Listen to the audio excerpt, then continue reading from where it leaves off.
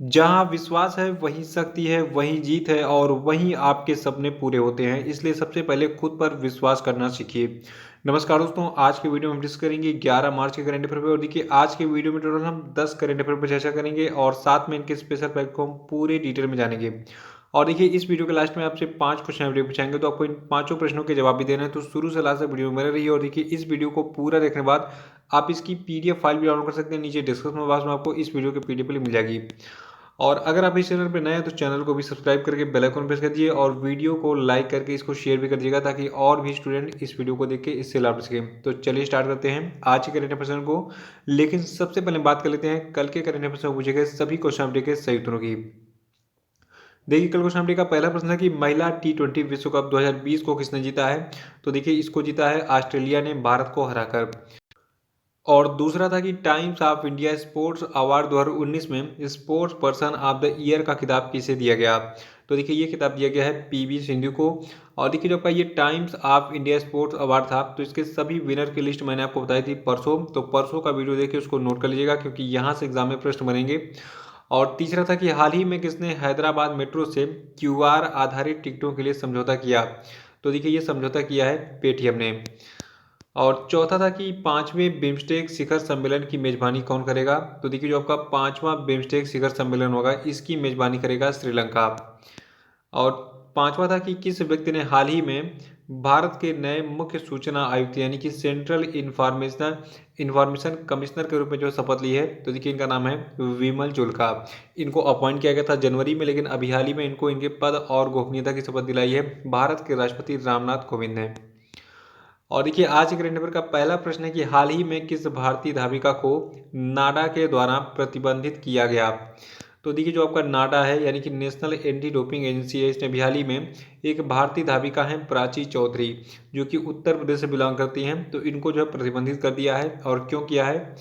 देखिए, जो आपकी उत्तर प्रदेश की एथलीट है प्राची चौधरी, तो इनका जो है पिछले वर्ष 30 दिसंबर के दिन जो है पटियाला में सैंपल लिया गया था, जिसमें जो है स्टेरॉयड ऑक्जेंड्रोलोन पाया गया। तो इसीलिए जो है जो आपकी प्राची चौधरी हैं, इन पर जो है नाडा के द्वारा प्रतिबंध लगा दिया गया है। और देखिए, नाडा का पूरा नाम एग्जाम में पूछा जा रहा है आजकल, और नाडा के बारे में और भी डिटेल्स पूछी जा रही है, तो उसको थोड़ा सा हम डिटेल में जान लेते हैं। देखिए, नाडा का पूरा नाम है नेशनल एंटी डोपिंग एजेंसी। और नाडा जो है इसकी स्थापना 24 नवंबर 2005 में की गई थी। इसका मोटो है प्ले फेयर। और नाडा का पर्पज है anti doping in sports in India. और नाडा का जो हेडक्वार्टर है आपका नई दिल्ली इंडिया में स्थित है। और दूसरा प्रश्न है कि हाल ही में किस क्रिकेटर ने क्रिकेट के सभी फॉर्मेट से संन्यास लेने की घोषणा की है। तो देखिए, ये क्रिकेटर आपके हैं वसीम जाफर। देखिए, जो आपके वसीम जाफर है, इनका जन्म हुआ था मुंबई में। और भारतीय टीम में जो है ये ओपनर की भूमिका निभाई थी इन्होंने। 42 साल के थे वर्तमान में, और 25 साल लगातार इन्होंने जो है क्रिकेट खेला है। देखिए, इन्होंने 1996 में फर्स्ट क्लास क्रिकेट में जो है डेब्यू किया था। और ये जो है रणजी ट्रॉफी, ईरानी ट्रॉफी और दलीप ट्रॉफी में सबसे ज़्यादा रन बनाने वाले खिलाड़ी हैं। तो कितने कितने रन बनाए इन्होंने। देखिए, इन्होंने जो है रणजी ट्रॉफी में कुल 12,038, ईरानी ट्रॉफी में 1294 और दलीप ट्रॉफी में जो है कुल 2,545 रन जो है बनाए हैं। और देखिए, जो आपके वसीम जाफर हैं, ये सबसे ज़्यादा 156 रणजी मैच खेलने वाले पहले भारतीय खिलाड़ी भी हैं। तो वसीम जाफर के बारे में डिटेल्स याद रखना है, लेकिन सबसे पहले क्या रखना है कि हाल ही में वसीम जाफर ने क्रिकेट के सभी फॉर्मेट से जो है संन्यास लेने की घोषणा की है। और देखिए, जो आपका फरवरी 2020 का मंथली करंट अफेयर है, तो इस वीडियो की लिंक आपको नीचे डिस्क्रिप्शन बॉक्स में मिल जाएगी। और साथ ही पिछले और भी कई महीनों के मंथली करंट अफेयर की पीडीएफ का आपको मिल जाएगी, और वीडियो की लिंक मिल जाएगी। ठीक है, तो वहाँ पे क्लिक कीजिए, पहले पूरे वीडियो को देख डालिए और पीडीएफ उसके बाद फिर डाउनलोड करके पढ़ लीजिएगा। तीसरा प्रश्न आज का है कि हाल ही में किस भारतीय प्रबंधन संस्थान द्वारा महात्मा गांधी राष्ट्रीय फेलोशिप कार्यक्रम शुरू किया गया। तो देखिए, बिहारी में जो आपका भारतीय प्रबंधन संस्थान बेंगलुरु है यानी कि Indian institute of management Bengaluru है, इसके द्वारा जो है महात्मा गांधी राष्ट्रीय फेलोशिप कार्यक्रम शुरू किया गया है। और इस न्यूज़ को थोड़ा सा ध्यान सुनिएगा। देखिए, जो आपका भारतीय प्रबंधन संस्थान बेंगलुरु है, तो इसने जो है कौशल विकास और उद्यमिता मंत्रालय, भारत सरकार और राज्य कौशल विकास मिशन के सहयोग से महात्मा गांधी राष्ट्रीय फेलोशिप कार्यक्रम जो है बयाली में शुभारंभ किया है। और देखिए, जो आपका ये महात्मा गांधी राष्ट्रीय फेलोशिप कार्यक्रम यानी कि महात्मा गांधी नेशनल फेलोशिप कार्यक्रम है, ये जो है 2 साल का एक शैक्षणिक कार्यक्रम है।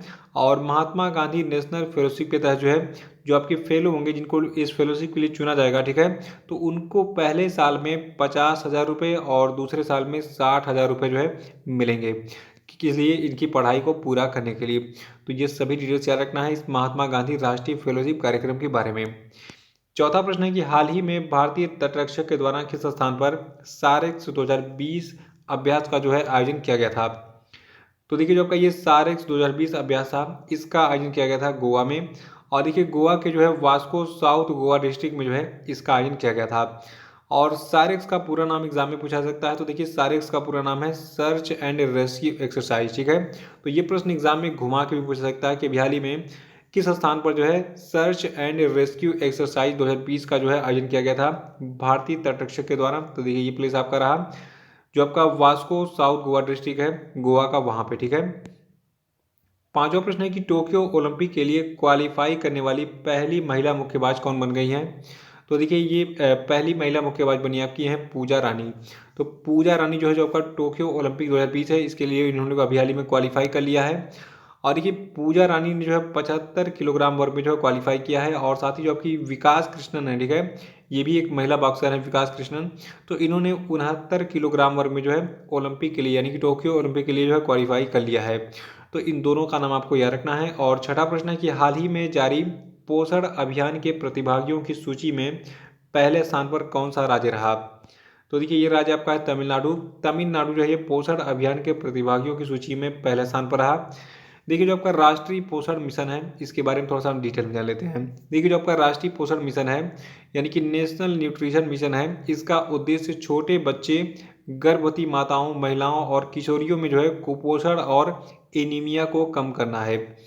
देखिए एनीमिया को हिंदी में हम कहते हैं रक्त अल्पता, ठीक है, और ये आयरन कमी से होता है। सातवां प्रश्न है कि भारतीय महिला टीम की कौन सी खिलाड़ी T20 क्रिकेट विश्व कप फाइनल खेलने वाली जो है विश्व की सबसे युवा खिलाड़ी बन गई हैं।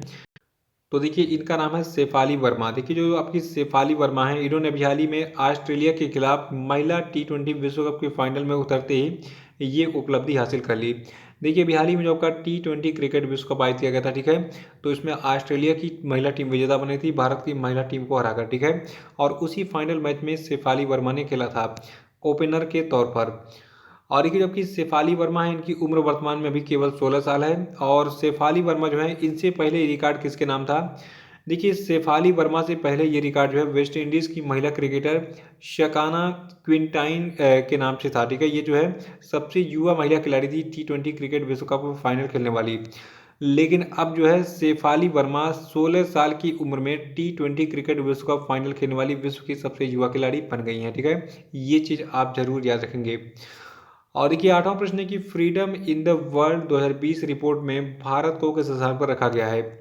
तो देखिए जो आपका ये freedom in the world 2020 report है इसमें भारत को 83वें स्थान पर रखा गया है। और इस रिपोर्ट में भारत को तिमोर लेस्टे और सेनेगल के साथ जो है संयुक्त रूप से 83वें स्थान पर रखा गया है। ये चीज़ आपको याद रखना है। और देखिए भारत का जो ये स्थान है ये इस वर्ष विश्व के 25 सबसे बड़े लोकतंत्रों के स्कोर में जो है सबसे कम है। और इस वर्ष जो भारत का स्कोर है ये 4 अंक गिरकर 71 हो गया है। देखिए इस रिपोर्ट के पिछले संस्करण में यानी कि 2019 में भारत को 75 अंक प्राप्त हुए थे, लेकिन इस साल भारत को केवल जो है 71 अंक प्राप्त हुए हैं। ये चीज़ आप नोट कर लीजिए। देखिए जो आपका ये freedom in the world report 2020 है इसको एक अमेरिकी संस्था फ्रीडम हाउस द्वारा जारी किया गया है, इसको नोट कर लीजिए। और इस रिपोर्ट के तहत कुल 195 देशों में वर्ष 2019 के दौरान स्वतंत्रता की स्थिति का जो मूल्यांकन किया गया है। और ये इस रिपोर्ट में फिनलैंड, नॉर्वे और स्वीडन को 100 में से 100 अंक मिले हैं, जबकि भारत को जो है 83वां स्थान दिया गया है, ठीक है। और भारत को कितने अंक मिले हैं, भारत को जो है केवल 71 अंक मिले हैं। ये चीज़ आप जरूर याद रखेंगे। और देखिए 9वां प्रश्न है कि हाल ही में BBC वर्ल्ड हिस्ट्री मैगजीन के द्वारा कराए गए एक सर्वेक्षण में किसे जो है दुनिया में सर्वकालिक सबसे महान नेता के रूप में चयनित किया गया है। तो देखिए इनका नाम है महाराणा रणजीत सिंह। एक लाइन में बिल्कुल दिमाग में फिट कर लिए कि अभी हाल ही में जो आपका BBC वर्ल्ड हिस्ट्री मैगजीन था तो इसके द्वारा एक सर्वे यानी कि सर्वेक्षण कराया गया था। और इसमें दुनिया में सर्वकालिक सबसे महान नेता के रूप में चयनित किए गए महाराजा रणजीत सिंह। और महाराजा रणजीत सिंह कौन थे इनके बारे में थोड़ा सा डिटेल में जान लेते हैं और इस न्यूज़ को थोड़ा सा डिटेल में एनालिसिस कर लेते हैं। देखिए जो आपके महाराजा रणजीत सिंह हैं, इनको जो है एक सहिष्णु साम्राज्य बनाने के लिए 38% से अधिक वोटों के साथ जो है चुना गया है। और इस पोल में दूसरे स्थान पर जो है एमिलकर कैब्रल को जो है 25% वोट मिले। और कैब्रल जो है ये कौन थे, देखिए जो आपके कैब्रल थे यानी जिनका पूरा नाम था एमलिकर कैब्रल, ठीक है। तो ये जो है एक अफ्रीकी स्वतंत्रता सेनानी थे और इन्होंने अफ्रीका की स्वतंत्रता में एक प्रमुख भूमिका निभाई थी। और महाराजा रणजीत सिंह जो है ये कौन थे, इनके बारे में थोड़ा सा डिटेल में जान लीजिए। और क्योंकि ये देखिए इतिहास में भी यहाँ से प्रश्न बनते हैं, यानी कि जो आपका कॉम्पिटिटिव एग्जाम्स होता है तो उसमें इतिहास के सेक्शन में इनके बारे में पूछ लिया जाता है। देखिए जो आपके महाराजा रणजीत सिंह है, इनका जो जन्म है ये 13 नवंबर 1780 को गुजरावाला पाकिस्तान में हुआ था। जो आपके महाराजा रणजीत सिंह है, इन्होंने लगभग 40 वर्षों 1801 से 1839 तक जो है पंजाब पर शासन किया था। देखिए पंजाब का कुछ हिस्सा पाकिस्तान में भी है और पंजाब का कुछ हिस्सा जो है ये हिंदुस्तान में भी है। बंटवारे के समय जो है थोड़ा सा डिवाइडेशन हो गया था। देखिए जो आपके महाराजा रणजीत सिंह हैं, इनको पंजाब का शेर जो है के नाम से जाना जाता था और इन्हें जो है पंजाब के सबसे महान सिख नेताओं में गिना जाता है। और जो आपके रणजीत सिंह हैं, इन्होंने न केवल पंजाब को एकजुट बनाए रखा बल्कि अंग्रेजों को अपने साम्राज्य पर जो है कब्जा करने की अनुमति भी नहीं थी। और 10वां प्रश्न है कि हाल ही में भारतीय तीरंदाजी संघ ने कोरोना वायरस यानी कि कोविड-19 के डर से जो है किस देश में आयोजित हो रहे एशिया कप विश्व रैंकिंग टूर्नामेंट में अपने खिलाड़ियों को नहीं भेजने का फैसला किया है। तो देखिए ये देश आपका थाईलैंड है। थाईलैंड के बैंकॉक में जो है 8 मार्च से 15 मार्च तक आपका चल रहा है एशिया कप विश्व रैंकिंग टूर्नामेंट, ठीक है। तो इसमें जो है भारतीय खिलाड़ियों को जाने की अनुमति नहीं दी गई। इनको बताया गया कि भैया जिंदा रहोगे तो फिर से जो है बहुत सारी प्रतियोगिताएं आयोजित होने वाली हैं, वहाँ पे खेलोगे।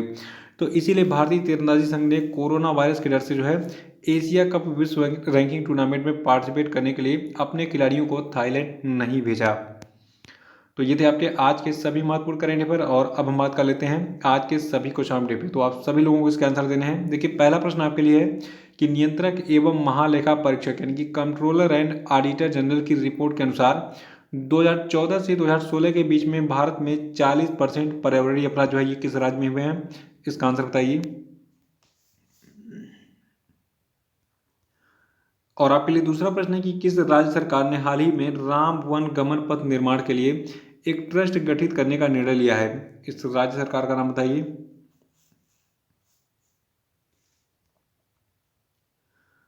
और आपके लिए तीसरा प्रश्न है हाल ही में राष्ट्रपति रामनाथ कोविंद ने अंतर्राष्ट्रीय महिला दिवस के मौके पर कितने महिलाओं को नारी शक्ति पुरस्कार से सम्मानित किया, इसका उत्तर बताइए।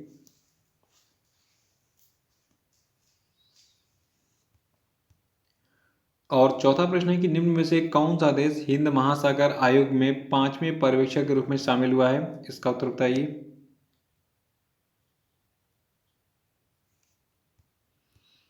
और पांचवा प्रश्न आपके लिए कि हाल ही में किस स्थान पर the future of work women in India's work force seminar का जो है आयोजन किया गया था, इसका उत्तर बताइए। तो इसी प्रश्न के साथ आज का करंट अफेयर से समाप्त होता है। कल फिर मिलेंगे कल के करंट अफेयर के साथ। तो वीडियो को भी लाइक करके इसको शेयर कर दीजिएगा और जो लोग नए हैं वो चैनल को सब्सक्राइब कर लेंगे ताकि मेरे अगले वीडियो का नोटिफिकेशन आपको ऑटोमेटिक और सबसे पहले मिल जाए। और देखिए नीचे डिस्क्रिप्शन बॉक्स में हमारे सभी सोशल मीडिया की लिंक आपको मिल जाएगी, तो वहाँ पे क्लिक करके इसको जरूर ज्वाइन कर लीजिए ताकि आपको यहाँ से भी जीएस और करंट अफेयर के अपडेट मिलते रहे।